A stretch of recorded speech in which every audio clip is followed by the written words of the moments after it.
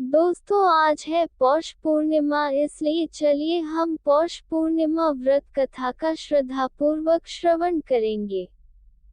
द्वापर युग में एक समय की बात है कि यशोदा जी ने कृष्ण से कहा, हे कृष्ण, तुम सारे संसार के उत्पन्न करता, पोषण तथा उसके संहार करता हो।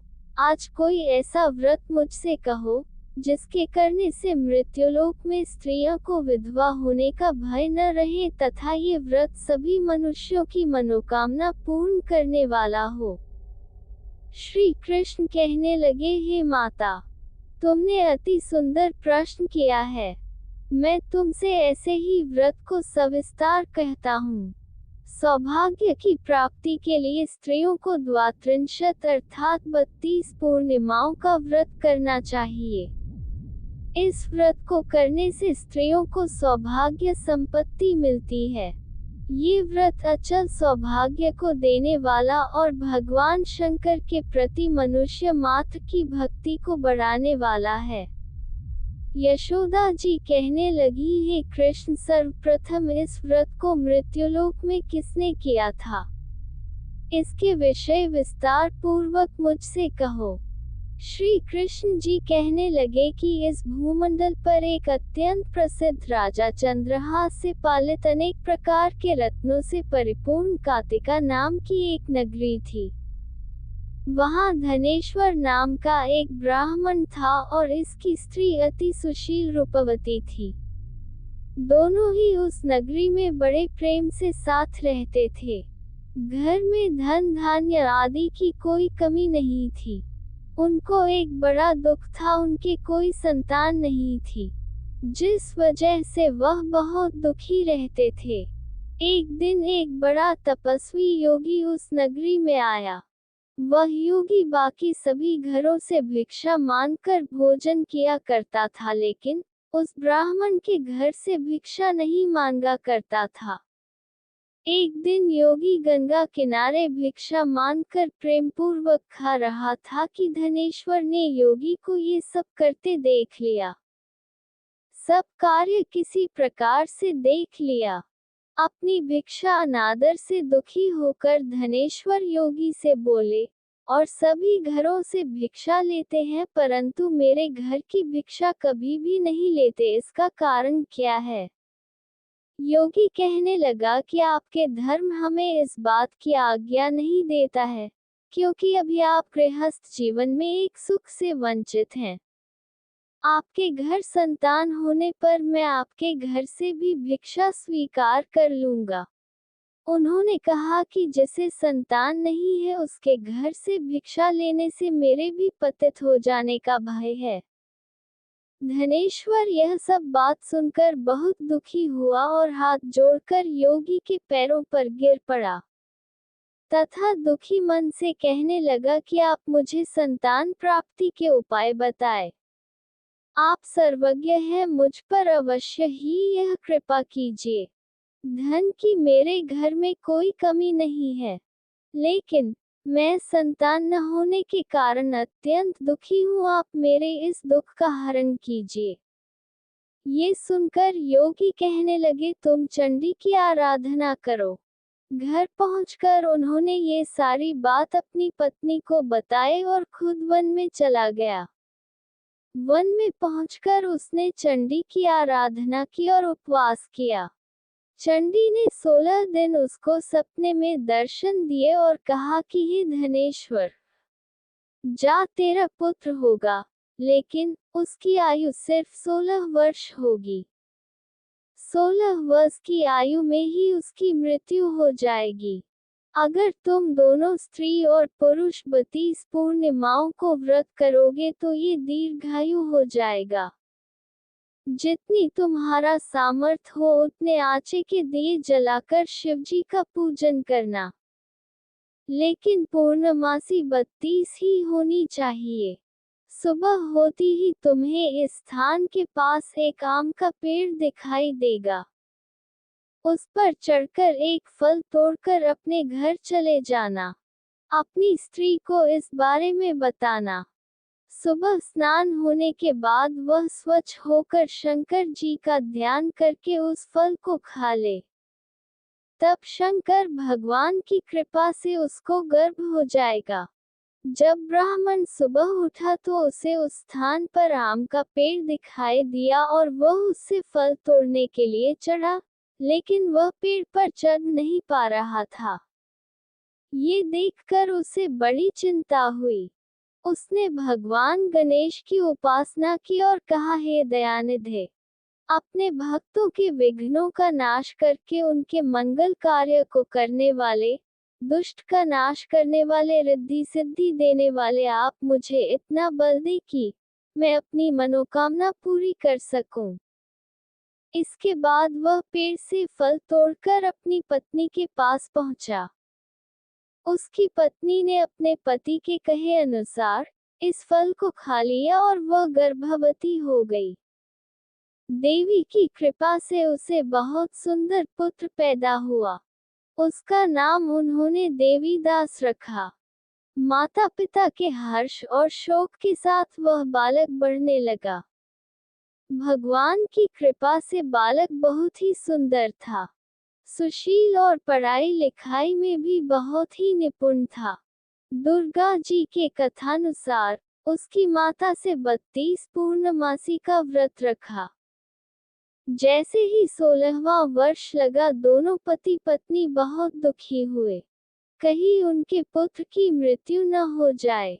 उन्होंने सोचा कि अगर उनके सामने ये सब हुआ तो वह कैसे देख पाएंगे। तभी उन्होंने देवीदास के मामा को बुलाया और 1 वर्ष के लिए देवीदास को काशी में पढ़ने के लिए भेज दिया। 1 वर्ष के बाद उसे वापस लेकर आ जाना। देवीदास अपने माता के साथ एक घोड़े पर सवार होकर चल दिया। उसके मामा को भी ये बात पता नहीं था। दोनों पति पत्नी ने 32 पूर्णमासी का व्रत पूरा किया। दूसरी तरफ मामा और भांजा दोनों रात गुजारने के लिए रास्ते में एक गांव में रुके। उस दिन उस गांव में ब्राह्मण की कन्या का विवाह होने वाला था। जिस धर्मशाली में वर और बारात के बाकी लोग रुके हुए थे, उसी धर्मशाला में देवीदास और उसका मामा ठहर गए। उधर कन्या को तेल आदि चढ़ने के बाद जब लग्न का समय आया तो वर की तबीयत खराब हो गई। वर के पिता ने अपने परिवार वालों से विचार विमर्श करके कहा कि ये देवीदास मेरे पुत्र जैसा ही है, मैं इसके साथ लगन करा दूं, और बाद में बाकी सारे काम मेरे बेटे के साथ पूरे हो जाएंगे।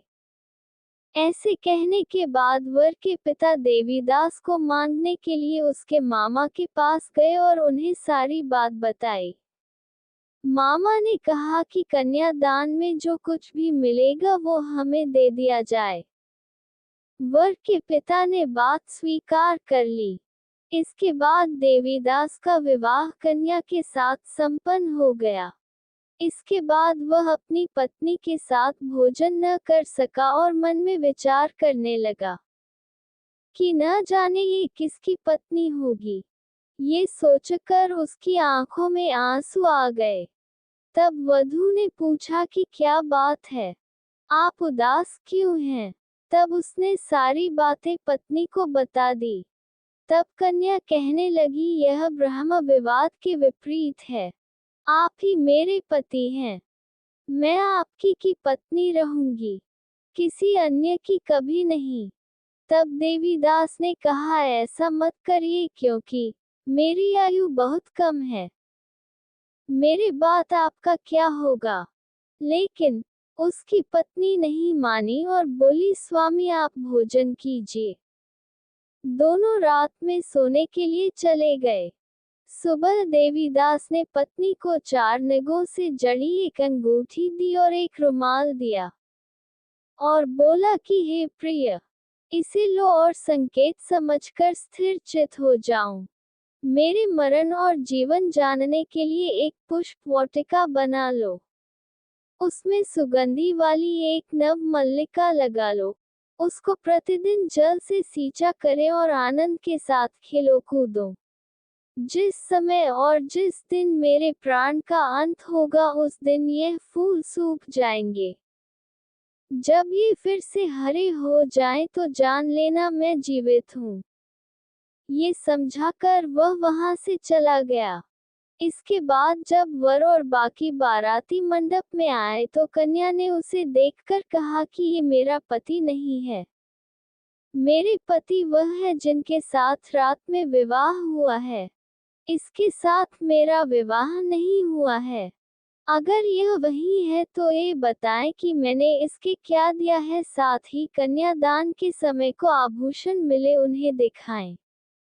कन्या की ये सारी बातें सुनकर वह कहने लगा कि मैं ये सब नहीं जानता। इसके बाद सारी बारात भी अपमानित होकर लौट गई। भगवान कृष्ण बोले, हे माता, इस प्रकार देवीदास काशी चला गया। कुछ समय जब बीत गया तो एक सर्प उसको डसने के लिए वहां आया, लेकिन वह उसको काट नहीं पाया क्योंकि उसकी माता ने पहली ही 32 पूर्णिमा का व्रत कर लिए थे। इसके बाद खुद काल वहां पहुंचा। भगवान की कृपा से तभी वहां माता पार्वती और भगवान गणेश आ गए।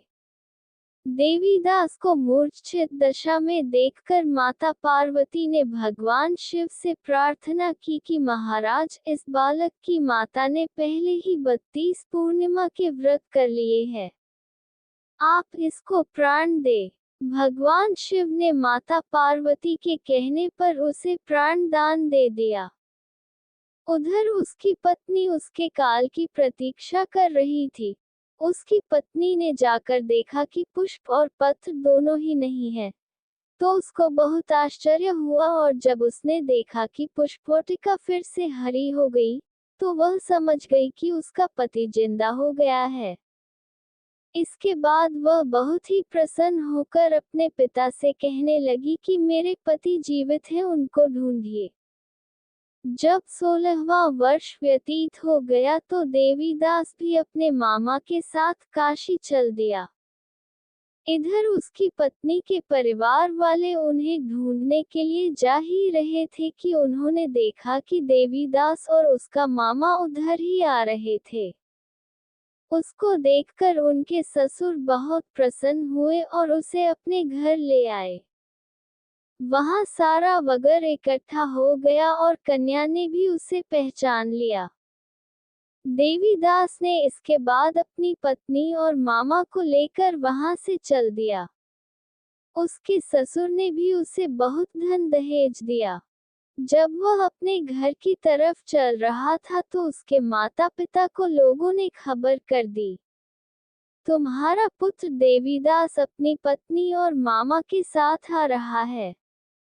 ऐसा समाचार सुनकर पहले तो उन्हें विश्वास नहीं हुआ, लेकिन जब देवीदास आया और उसने अपने माता पिता के पैर छुए तो देवीदास के माता पिता ने उनका माथा चूमा और दोनों को अपने सीने से लगा लिया। दोनों के आने की खुशी में धनेश्वर ने बहुत दान दक्षिणा ब्राह्मणों को दी। श्री कृष्ण जी कहने लगे कि इस तरह धनेश्वर को 32 पूर्णिमाओं को व्रत के प्रभाव से संतान प्राप्त हुई।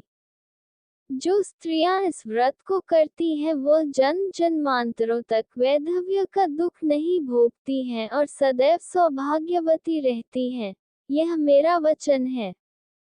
यह व्रत संतान देने वाला और सभी मनोकामनाओं को पूरा करने वाला है। 32 पूर्णिमाओं के व्रत करने से व्रती की सब इच्छाएं भगवान शिव जी पूर्ण करते हैं।